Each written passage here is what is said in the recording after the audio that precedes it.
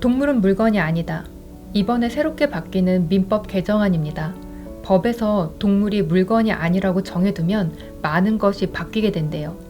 우리 아이를 무지개 다리 너머로 건너보낼 때 쓰레기랑 같이 종량제 봉투에 담아 버리라는 말을 듣지 않아도 될 거예요. 어쩌면 동물병원 진료비가 의료비가 되어서 부담이 조금 줄어들 수도 있고요.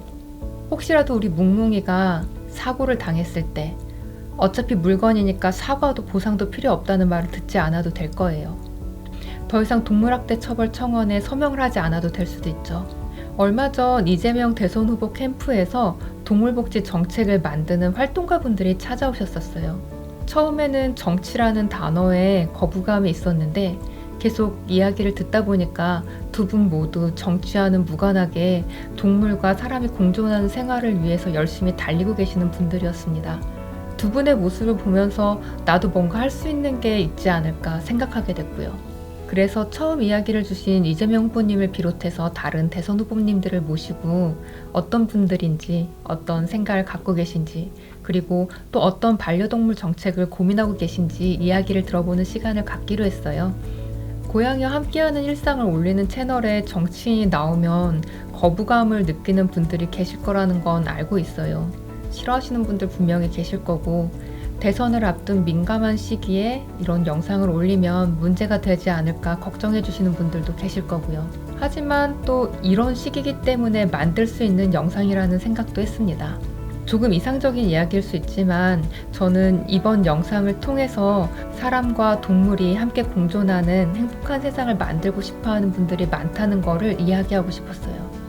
서로 가치관은 다르지만 우리 모두는 고양이를 사랑하고 동물과의 공존에 마음을 쓰고 있다는 걸 이야기하고 싶었어요.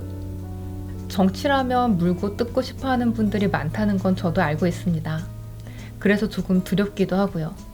하지만 두렵다고 해서, 소수라고 해서 가만히 웅크리고 있고 싶지는 않았어요.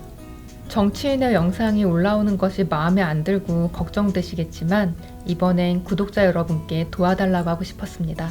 우리의 댓글창이 응원의 메시지와 우리가 공존하는 데 필요한 것들로 가득 찰 수 있게 해주세요.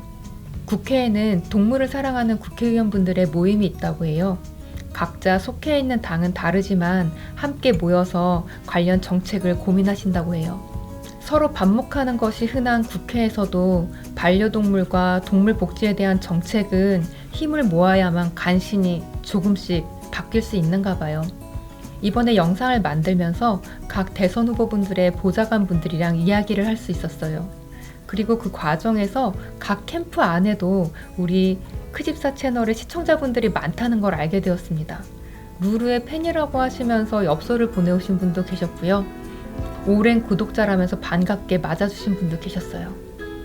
서로 다른 가치관을 가진 사람들이지만 우리 모두는 고양이를 사랑하는 사람들입니다. 우리가 함께하는 생활이 더 나아질 수 있도록 이곳에서만큼은 서로를 응원하는 따뜻한 말이 가득해질 수 있도록 도와주세요. 감사합니다.